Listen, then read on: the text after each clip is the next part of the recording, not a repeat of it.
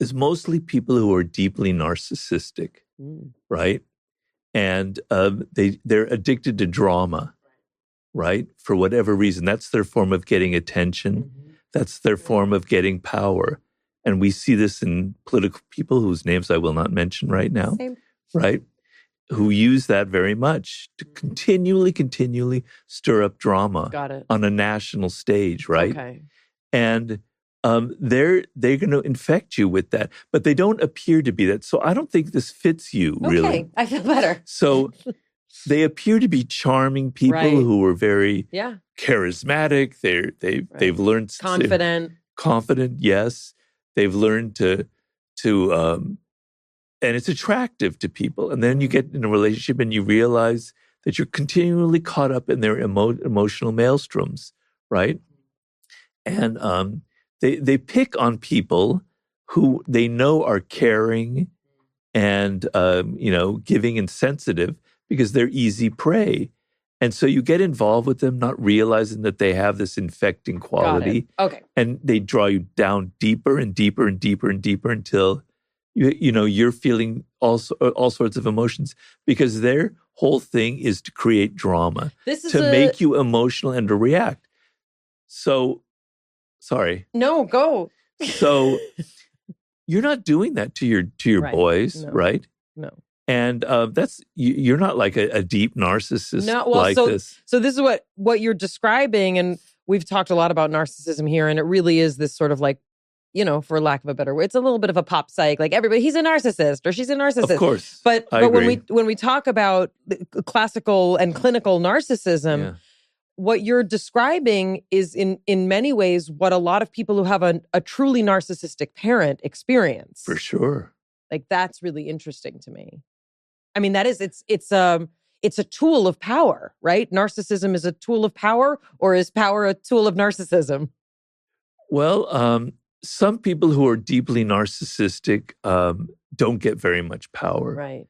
They find ways to get power however they can, like from their family or home, if they can't have it in other ways. The deeply introverted narcissist who has very, very low self-esteem. Right. They're not going to be, but the ones like the Elon Musks who are out there, and he's what I call a deep narcissist. I make the comparison in human nature that we are all self-absorbed. We all have a touch of narcissism. So get off this idea that there's just some people out there. Right. It's in all humans. So, don't be so judgmental, okay? But there are deep narcissists who can't control it. Their level of narcissism is at a different level. So people like this have learned early on. They're like 7 or 8 years old. And deep narcissists generally have one of two parental patterns. I know I'm simplifying, and I'm venturing into the realm of pop psychology here, so excuse me. But they either have the incredibly neglectful parent that has abandoned them, right, and is off in their own world, right, like a narcissist themselves, or the suffocating parent that was on top of them so often and helicoptering them, etc. So they had no space to kind of create a self inside of them that they could love, that they could appreciate. So they learn when they're 6 or 7 years old that by acting out, by being dramatic, by getting attention, they have power. Attention is power for them. And they use that continually throughout their life. And because they learned when they were 7 to do this, they become great actors. They know how to put it on. They actually become actors, a lot of them in life, right? So it can become a form of power. It depends on, I know some narcissists who are very deeply troubled, and they're that introspective variety. So I think it just depends on the type of bonding and some of the genetics, because like Jung thought the introvert-extrovert thing is a genetic thing, which we still don't know to this day, but anyway. You've spoken about narcissism and that we all have narcissism. Yes. And that we should embrace that to some degree, obviously not to the depth of an absolute narcissist who is using it as a power tactic. But can you talk a little bit about the embrace of our dark side and why that's helpful for people? Well, so the most important thing for a human being is self-awareness. If you're aware of yourself, if you're aware of what motivates you, if you're aware of what you truly love, of what you truly hate, you're going to be a much more fulfilled human being. But so many people lack complete self-awareness, right? And so they like to moralize, they like to judge other people. Well, he's the narcissist. She's passive aggressive. They're full of envy. They have the dark side. They never look at themselves, right? You are all full of this dark energy. It is built into the human being. When you were 3 or 4 years old, you acted out on all of these raw emotions. You weren't socialized yet. You were a complete natural creature. I like comparing it to like a round ball. And then slowly you become half of that, and you have a mask, and you repress all of those other things that are going on when you were a child, right? And you become this person that is socialized, that has learned to get along with other people. But it's not really who you are. And so to become aware, for instance, when I wrote that chapter on narcissism, I was going, whoa, Robert, you actually are quite a narcissist. You never thought of yourself as a narcissist, but man, you've got these qualities here. And it was kind of painful. It was kind of weird. And I'm still thinking about it. It still kind of hurts me a little bit, but it's better that I'm aware of it, because now I can see it in operation. I can see how I'm doing this, how that narcissist within me is coming out and how it can hurt other people. What was the voice? What was the thoughts that you were having, like when you realized that about yourself? Like what emerged that you were like, oh, wait a second, that's coming from a place that you didn't realize you had? I can't remember exactly what it was that I was writing about in that chapter, but I was recognizing some of the patterns. So I had some key figures that I was analyzing, like Joseph Stalin is, to me, the greatest narcissist who ever lived. But there was also Robert Oppenheimer. And the actual figure, Robert Oppenheimer, is much more interesting than that movie portrayed. But he was a deeply flawed individual. And I recognized when I was in my 20s, my narcissism probably was kind of hurtful. And I'm much more in control of it now then. But I think a lot of it was recognizing it when I was young. And I would do things like, I remember I was staying with this family in France. They let me have their apartment for a month in the south of France. And then I come back to California, and they were so angry with me. They left this message. They visited my parents. I had rung up a phone bill of like thousands of dollars, and I never realized it, just kind of using people for things, using them and not thinking about it, kind of seeing what in psychology they call self-objects, that people are kind of objects that you can use for your own benefit.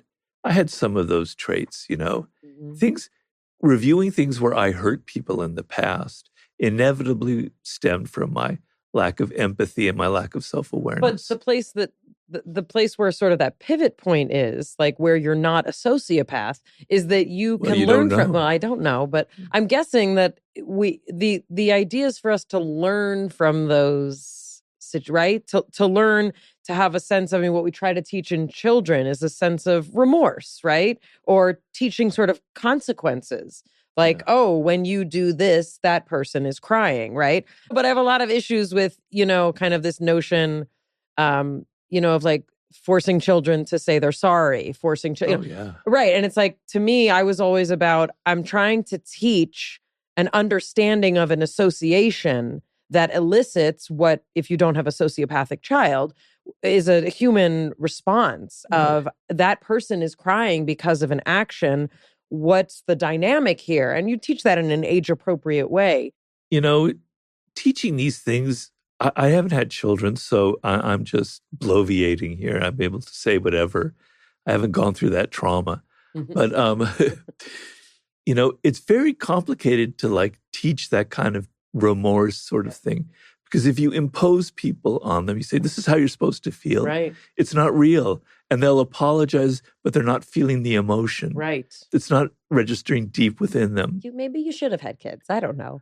Yeah, but you have to be tricky. You have to lead them to things without them knowing that you're leading them into it. You really have to be cut out for it. I don't know that I was. Here we are.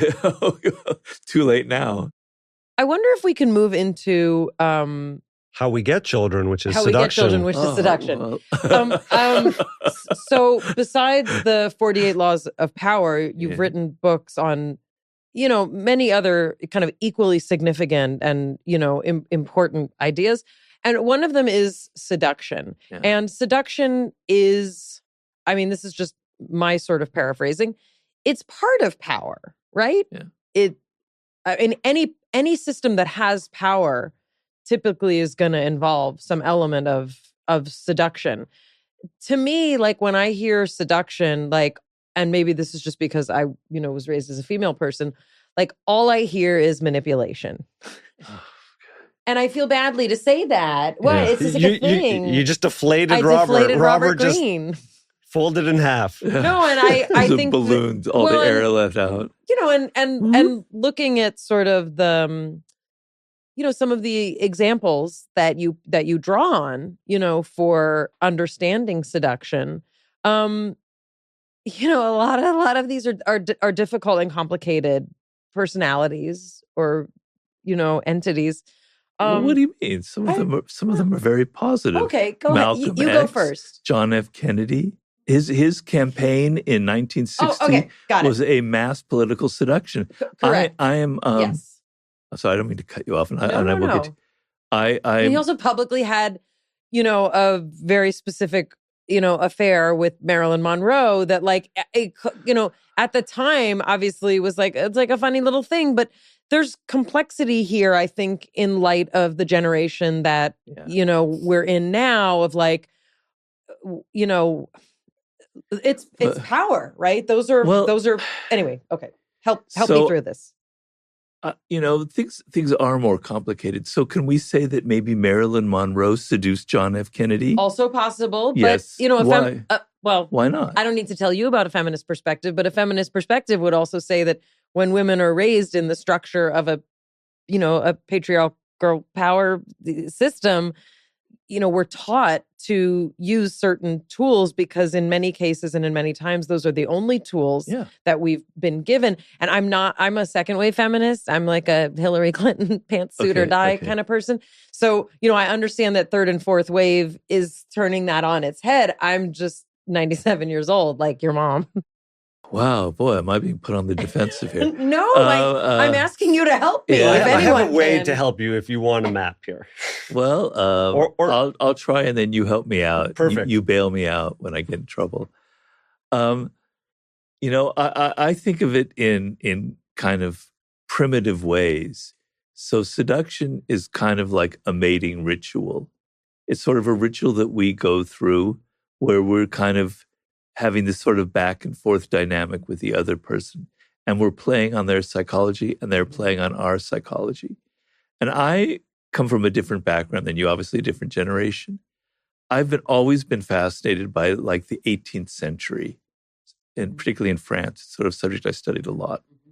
And although Casanova's Italian, it was this kind of culture of seduction, heavily involved with the theater.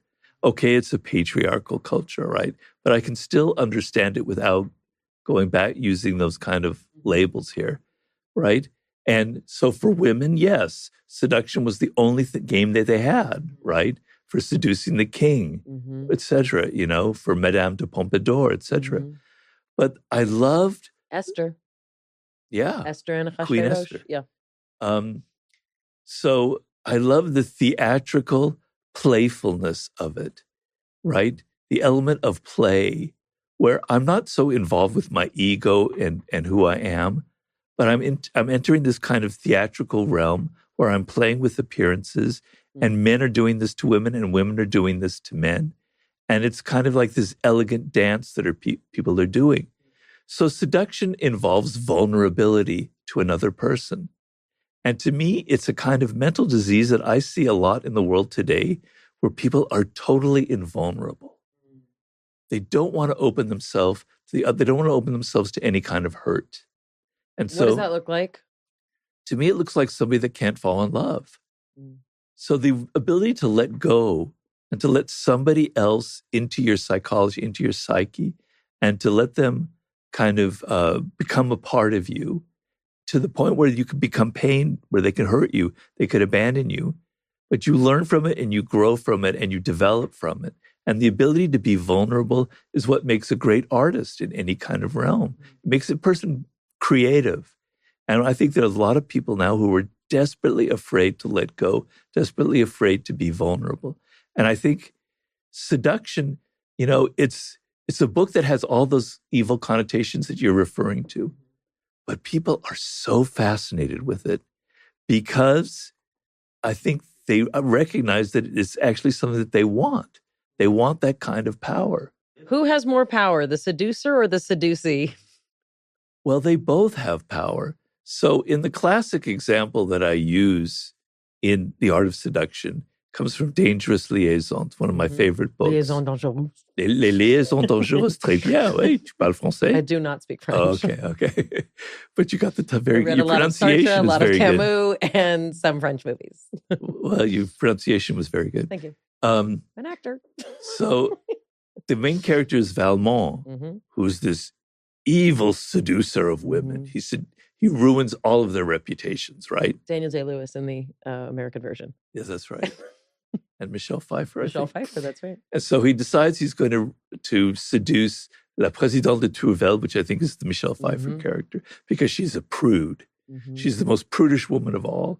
To seduce her would be the greatest feather in his cap, right? Because she's impossible to seduce. And then what ends up happening, he tries, she's completely not into him at all because she knows his horrible reputation. And as he tries further and harder and harder, he suddenly finds that he's falling in love with her. He's never fallen in love with any woman before, perhaps because she won't yield to him. Whatever the reason is, he's falling in love. And as he falls in love with her, she begins to open up to him. And then the seduction happens. And to me, the lesson is, if you're completely a cold seducer, it doesn't really work. There's no pleasure involved. And if it's a man being like that to a woman, the woman kind of sees through it and is put off. But if you're the kind of seducer that is falling in love with the seduced, if the seduced is seducing you, you will be a better seducer, right? In that way, are you going to rescue me now? You did a great job. That was very, very lovely. You didn't need me at all. Oh, all right. But it sounds, it removes the level of manipulation if two people are exchanging an experience, both of them opening up and being vulnerable. It removes that element of being done to or something wrong happening. Let me not make myself out to be the angel that I might appear to be. There is manipulation involved in that book, for sure. I don't deny it. I own it. But that's certainly not all there is to it, And I'm fascinated by the psychology that involved in there and what ties it all together. So what ties a great courtesan seducing some French businessman in the 19th century and draining his bank accounts? What ties that to John F. Kennedy seducing the American public? What ties that to Pamela Harriman seducing all these different men as this incredible charmer? What ties that to Josephine Baker and Marlene Dietrich, et cetera, et cetera? What is the psychology involved? Fascinated me. And I couldn't find a book written on that subject. So I wanted to tie them all together and show that there's some very elemental form of psychology involved, which is essentially creating the lure of pleasure, right? Because we're all kind of repressed. We don't have enough pleasure in our lives, right? Particularly nowadays. And to give somebody the sense that through you, they can have some kind of adventure, they can have some sort of weird, pleasurable experience is incredibly powerful. And it ties John F. Kennedy's seduction of the American public in 1960. I'm going to return you to it's called the New Frontier. We're going back to the 19th century. We're going back to America the way it is. The frontier will be outer space. We're going to create this, that, and the other thing. It's incredibly seductive, incredibly pleasurable, because it's built on all of the myths that America is built on. I mean, you could argue that the movement of Obama enthusiasm, Sure. I mean, that was also, it was a total seduction. I think we should establish that when we're talking about seduction, we're not only talking about sexual seduction. Yeah. That we're talking about, I like this notion of the infiltration of ideas. The notion that you have to be vulnerable enough to have be able to consider something else. Well, I just very quickly, one of my favorite philosophers is Friedrich Nietzsche. And in one of his earliest books, he talks about empathy. And he says, when he reads a book, he tries to understand and get inside the spirit of the person who wrote it.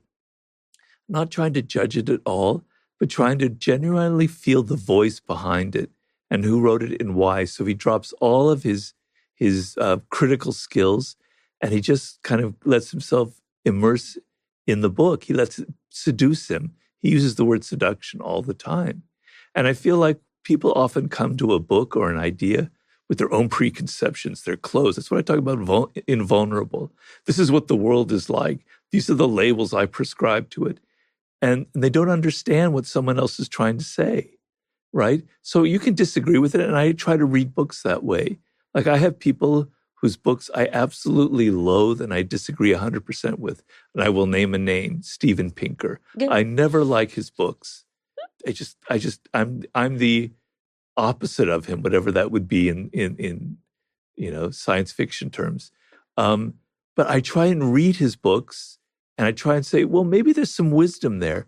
Maybe I'm missing it. And I let him seduce me initially. That's a very old school perspective, though. Like, meaning I agree. I was raised to read things that I don't agree with and find the reasons why. And I went to graduate school. And for like 7 years, that's what you do. Yeah. But what I've noticed is very unpopular is people really are resistant to being seduced. That's what I'm talking about, the invulnerability. Yeah. So let an idea like they want to read things that they agree with. Yeah. And follow the people that they agree with, right? Yeah. Do we think it's an increase in camps and division, or do we think it's also a part of people don't know how to come back to themselves? So they're so concerned about having their mind changed or having their identity changed because they think that their identity is associated with, I believe this set of narratives that only exist over here on the left or over here on the right. I have my answer, but I'm curious what Robert says. Well, I mean, it's $1 million question I could go hours for, but there's, I believe there's a great book that I often refer to called The Fall of Public Man by, I'm sorry, I'm just blanking out. Richard Sennett. Richard Sennett, that's right. And he traces the narcissism in our culture back to the 19th century. And it's a book that heavily influenced me when we talk about theater and seduction, because he talks about cafe culture in the 18th century and then how in the 19th century it all became about your identity and your politics and who you belonged to and the group that you were with. People became very defensive, very close-minded, and his model is kind of the urban environment like a New York City where you're mingling with people from all different ethnicities, all different races. You're getting in all these different ideas, all these different perspectives are flooding through you, and it kind of makes you a rich urban person, an intelligent person. So a lot of it is that, but I think a lot of young people have grown up in a very, very chaotic environment. A lot of it from technology, however, and then there was 9/11, there was the crash of 2008, there was the pandemic, etc. And when you're dealing with chaos and crises, the tendency is to become very defensive and very insecure. And you don't want that openness to other people's ideas. You want to get into your camp where everyone thinks is certain and secure and you know all the answers. And to me, knowledge and wisdom is something, I go back to Socrates, is admitting that you're ignorant, that you don't know. You don't know anything. And that's the beginning of knowledge. And that's so alien to our culture, to how people are today. I mean, I think we're seeing it play out politically also, not just here, but, some might say in France.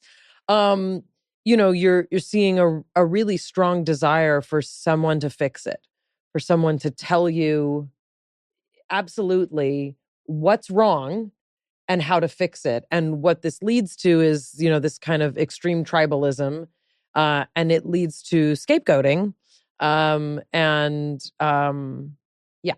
So kind of adjacent to this sort of cafe society, which I admit I don't know as much about as I would like to, a lot of kind of going back to the sort of seduction playground.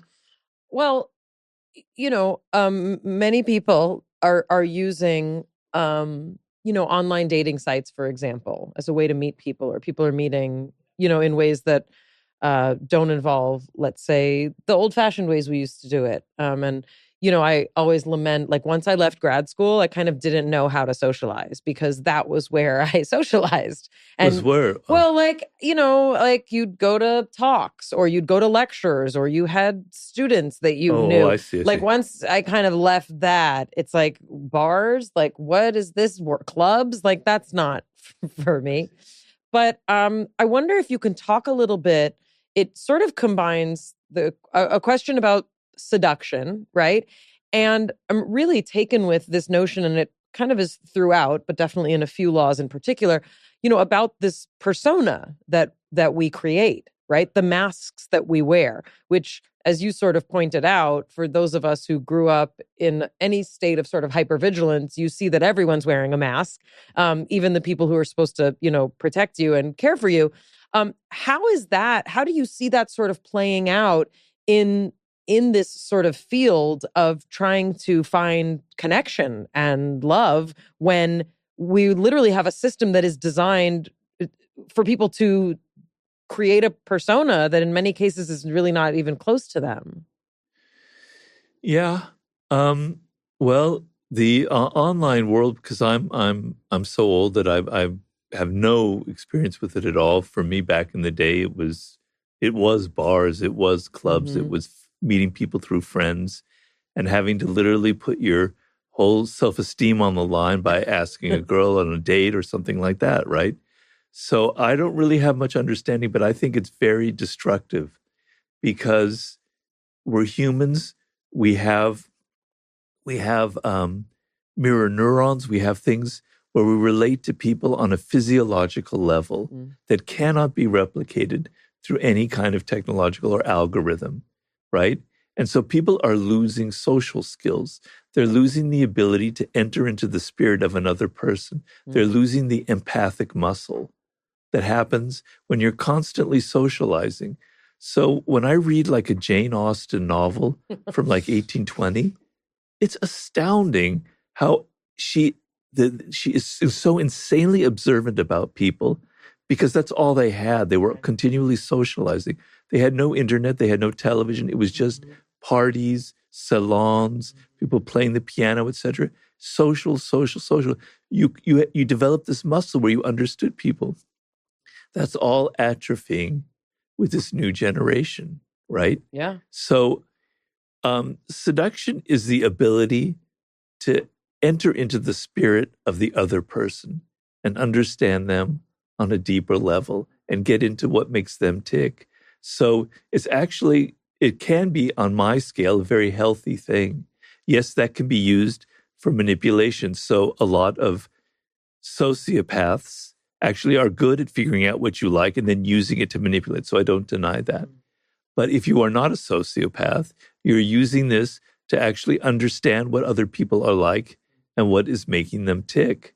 And so I forget what your original question, because I wanted to get back to it. Yeah, I was talking about just online dating and the wearing of masks. Oh, the wearing of masks. Like that is literally the tool of seduction, is to sort of create this persona. Like, here's me holding a beer on a boat. But then here's me with my cat. Right. But then you're going to meet the person, and they're not at all like the persona they created online. Well, I think, I live in Los Angeles. You do too. I meet plenty of people who are just about the mask that they create. Meaning there's not a lot there, right? Because there's been so much emphasis placed on what I look like and what my body looks like, and, where I'm eating and what designer yoga bra I'm wearing. Well, to me, that's not what seduction's about. Right.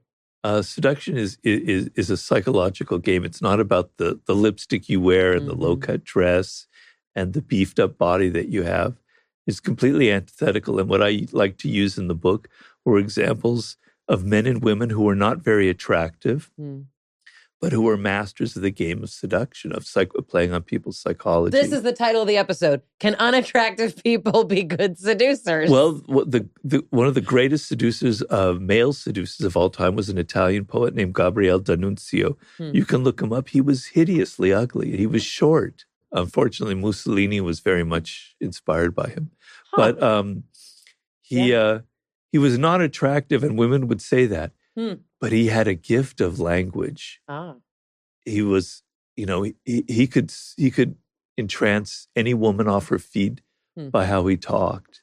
And I say in seduction, based on all the research, that is generally a weakness that a lot of women have. I was going to say, someone who's a really good talker. Right. Women and men are seduced by different things, women, right? It's words, and men, it's visuals.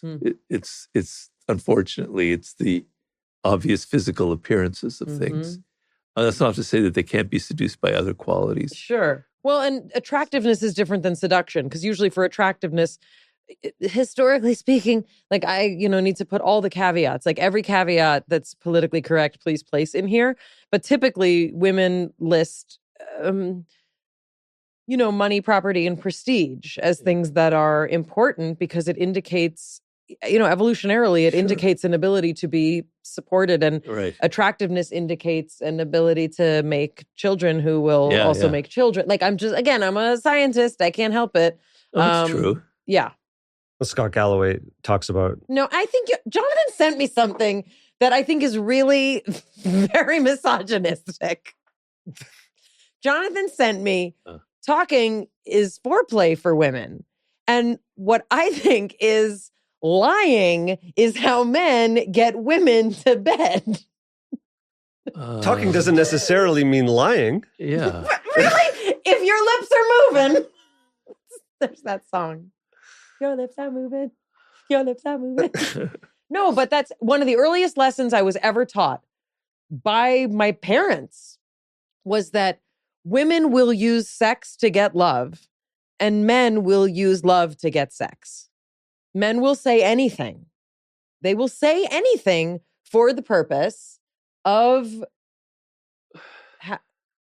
I deflated him again. He's going to be a shell of his former self. I'm shriveling up just hearing all of this. No, I hate that. And I don't know if my parents were right, but you know what? I'm 48. I could say that like 9.9 times out of 10, at least in those formative years, we're talking about in the years when you're learning to navigate junior high, high school, even your 20s, and I'd say this day and age, well into your 30s, I feel like it's still true. Ladies? I'm going to throw my hat in and put a vote for that there is authentic connection that is possible, that there are many people who are good, who are trying to form connection, and who can use these skills and these tools, I should say, to increase their ability to make connection because they're doing things that they may not understand or off-putting. And if I frame it from that perspective, I might pass it back to you, Robert, and say, from a good place, I'm trying to make connections and I may not be sure what I'm doing. For example, I may be showing my anxiousness, which I don't realize I'm doing. Give us the bit of an overview. How does one become a great seducer from a good place? Yeah. Well, to me, the word doesn't have negative connotations. I know it does for a lot of people, but I don't see it that way. So the word doesn't put chill up my spine. It actually thrills me and excites me because I was not raised, but reading the great literature on seduction, the libertine fiction of the 19th century, etc. So to me, it's extremely exciting. One of the most important qualities is to have a lack of defensiveness and a lack of insecurity. I'm taking notes. So the typical rake is a man who loves women, who's addicted to women, has a lot of femininity in his spirit, actually, was probably raised by a mother that was kind of dominant. And so he's extremely into female psychology, but one woman can never satisfy him, right? Has mommy issues. See, you like to turn these things around. But maybe it's a bad thing. Yes, you are. You have a binary like good or bad. You like something that's either good or bad. You don't like a gray area. No, that's true. Okay, sorry. Go ahead. That's called a rake? I didn't know that term. A rake is... Because that's one of... I have my list of seducers. A rake is a man who's obsessed with women, who really... And I've said it before, I was a rake in my 20s. Oh. So you can go ahead and hate me. I mean, that should be the title of your next book. I was a rake in my 20s. Yeah. Well, they call them a reformed rake. So I'm a reformed rake. But you're kind of obsessed with women. You're very interested in them. A lot of men have no understanding of women. They're not interested in them. They're not interested in their psychology, in their world, how they think differently than a man. But rakes are. They're fascinated by it. They're fascinated by their psychology, by just the clothes they wear, by everything they do, their activity, their energy, etc. But they can never be satisfied by one woman. They have to have more and more and more. They need different ones constantly. But for that 1 month where they're interested in you, or 2 months, they are so keyed into you. They're so completely absorbed in you. They love you so much, to give you so much attention, that is very hard for a woman to resist it. This is the kind of the Lord Byron or the Duke Ellington or the Errol Flynns of this world. But getting back to your question, the lack of insecurity.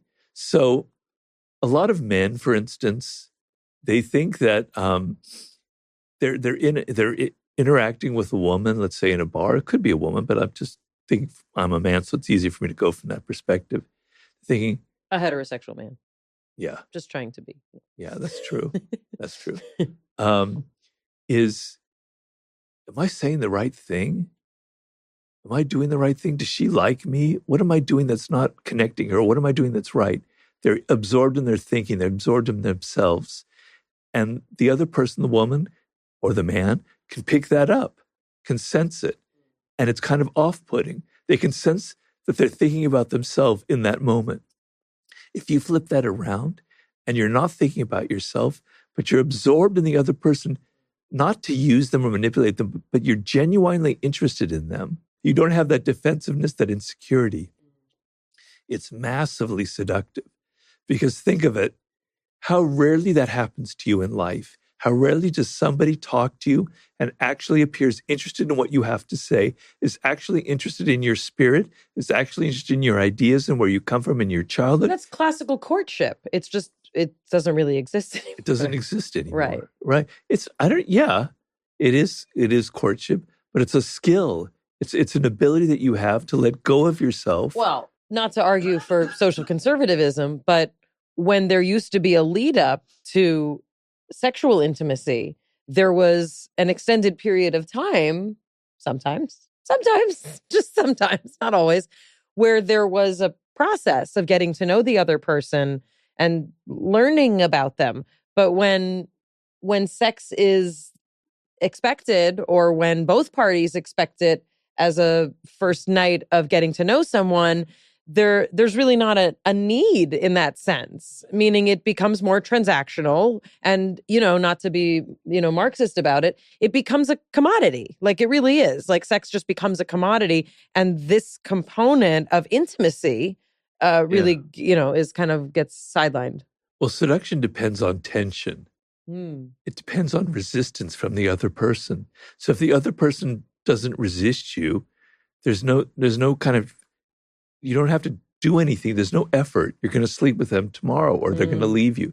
But the fact that they're resisting you makes you go like, what can I do to change that? But isn't that a manipulation? So what's wrong with manipulation? If men didn't manipulate women and women didn't manipulate men, there would be no children in this world. No, it doesn't feel so Your good, parents Robert. wouldn't have had you, Mom. I don't know why they had me. I don't know why they had me is the line of the podcast. There has to be some kind of manipulation involved. I guess. So if you don't manipulate, all that happens is I just wear the clothes that I wear. I say whatever I want to say, and the other person falls in love with me. We have sex. We have babies. No, beyond that, there's an app that tells me how close someone is who'd like to have sex with anyone. And all I have to do is open that. I'm not saying me, but people. All I have to do is open that app, and we've lily padded this whole thing. We have lack of defensiveness. We have lack of insecurities, confidence. Yeah. What other qualities are essential? The ability to get involved in the other person's spirit, which I've already talked about, is very important. And then seduction is a language basically without words. And so you have to master this language. It's a language of gestures, of you take someone to a certain place. There's no words involved, but by taking to this particular place, which may have romantic connotations or whatever, you're gesturing something to them. When you give a gift, there are seductive gifts and there are non-seductive gifts. A non-seductive gift is just spending a lot of money, $10,000 on a ring. Whereas if you spent $10 and you gave them something that reflected something they had said, something from their childhood, some story that they were relating to you, it reveals that you were listening to them, which is very seductive, right? So I tell people, if you're talking to someone for several hours, which nobody does anymore anyway, but let's say that's involved in your seduction, you're talking to them. If later in the conversation you come back to something they said hours ago and you kind of bring it up again in a different context, it's going to register that you were listening to them and you remembered it and it's under your skin and it's deeply seductive because you're listening to someone. People don't listen anymore. They don't reflect. They don't mirror you anymore. It's something we're all missing. That's why I don't find the word seduction evil at all. We're missing this so much in our pleasureless, completely political world where people aren't open to the spirits of other people. They're just so closed off. So you're listening. So that's a gesture. It's not the words that you say, but the fact that you remembered what they said, right? It's how you smell. It's how you look. I mean, don't get me too literal there, but it's a physical communication as well. It's the theater that you create. So you don't show up every night wearing your shorts and your T-shirt. You wear something that shows that you're actually, not depressed. Yeah. Not depressed. Yeah. She's teasing me because I wear the same type of T-shirt all the time. No, I have a gray T-shirt. I was teasing myself. Oh, you were teasing yourself. Yeah, but that's because you're here. You're not seducing here. Right. I hope. So what they say, foreplay is everything from the last orgasm to the next one. Sorry. So I mean, those are the main things: lack of insecurity, confidence in yourself, entering the other person's spirit, and kind of understanding this nonverbal language. You don't have to say, I love you, but you show that you love the other person. You have to say a word, but you show it to them by the things that you do for them. Well, especially this last part about the language without words and the listening and the mirroring someone. Yeah. That's why I don't think it falls under manipulation. It falls under showing up, being present, and you are going to find a match. Yeah. If, again, coming from a good intention, people have a natural instinct to be on guard to say, is this person going to cause me harm? Yeah, right. And if the manipulation, as we're calling it, which again, I don't think it is manipulation, but I'm addressing the words you're using, Mayim. If the manipulation is to put you at ease to say, I am not going to harm you because I actually am listening, well, the listening isn't a foil. It's actually the person is showing up and doing the work of what it takes to bond and be in connection with one another. And so what you're saying is, hey, you've forgotten, society, how to connect because of these digital tools, because we are no longer required to do so, because there are alternatives, because for all the reasons we know. Yeah. And you should remember, society, that these are the things that are required, and yes, they can be used for nefarious. They can be. Tactics. Well, yeah, and I think a clarification might be helpful here, which I think you absolutely can make, and I think there's a little bit of an obligation here that we should make. The notion that if someone, let's say, doesn't want to go to bed with you, right? That needs to be respected, right? If someone does not want to, right? I mean, I think that's pretty clear. But what you're talking about, if I'm understanding, is we're talking about threading the needle in terms of the way that human primates interact. And there's a verbal and a nonverbal interplay that is largely missing because of a lot of interesting, features in our culture.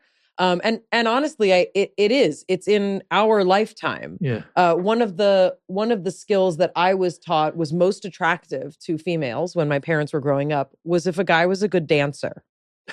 And I think it's interesting because what it communicated was a physical kind of interplay, in some cases a playfulness, in some cases a romance. It was artistic, right? It was an understanding of like music and movement. Right. There's an element of sort of like peacocking, but when I think about, what dances were like when I was in junior high, which was totally, like I think the last phase of when people would actually sway and things like that. But I'm thinking about, sort of the romance of courtship is where I think some of this lies. But I just want to be really careful that we're not talking about seduction being, a tool for convincing someone to do something that they don't want to do, right? Like no means no. Well, a lot of men... I'm not into you is I'm not into you. A lot of men have a really hard time now dealing with rejection, right? And so what I tell them, because they've come to me for advice and I've talked to groups of men for this very purpose, is rejection is a good thing. It's fine. You just move on to the next person. If somebody says no, sometimes people say no, and it doesn't necessarily mean they're completely not into you. You're not going to force them to have sex, but you can still try and charm them in some way. But if it's very clear that they don't want anything to do with you, that you're even frightening them, fine. Right. Don't take it personally. Move on to the next person and keep. But I think a lot of men can't handle that kind of rejection. They want everything to be easy. They want every woman to sleep with them. Well, and my fear is that then you're dealing with and I'm not saying you're doing this, but I'm saying what we see a lot is men then adopting a persona that is false, that they are sensitive, caring, or interested, so that they, don't have to deal with rejection because they're getting, in theory, what. Well, do I sound like a horrible person? Like I'm so cynical about it? but women can see through that. They should be able to. No? Sometimes, yeah. Well, back in the day, they could see through it. So, yes, and I think that this is where, when we talk about power, I'm interested in power differentials, and I'm interested in sort of places where women are not conditioned, to be able to, have a lot of agency, which can breed situations where it is hard to distinguish. Like if you're taught to always smile and say you're okay when you're not, that obviously translates into much larger issues of what happens in the dating arena, right? Right. You're taught to never, don't make him feel bad. Like if he went through all that trouble, if he bought you that expensive dinner, like that's, I think, still a factor for a lot of women. Really? Yeah. Well, that's sad. It is sad. A lot of women have written to me from The Art of Seduction, some complaining, and I feel bad. Mostly they say, your book really helped me see through this really evil guy who was trying to manipulate me. I saw that he was using some of your tactics. I saw through him. Wow. And it helped me.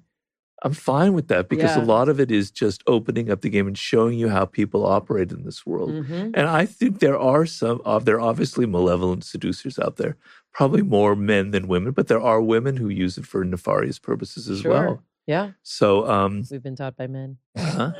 Nothing.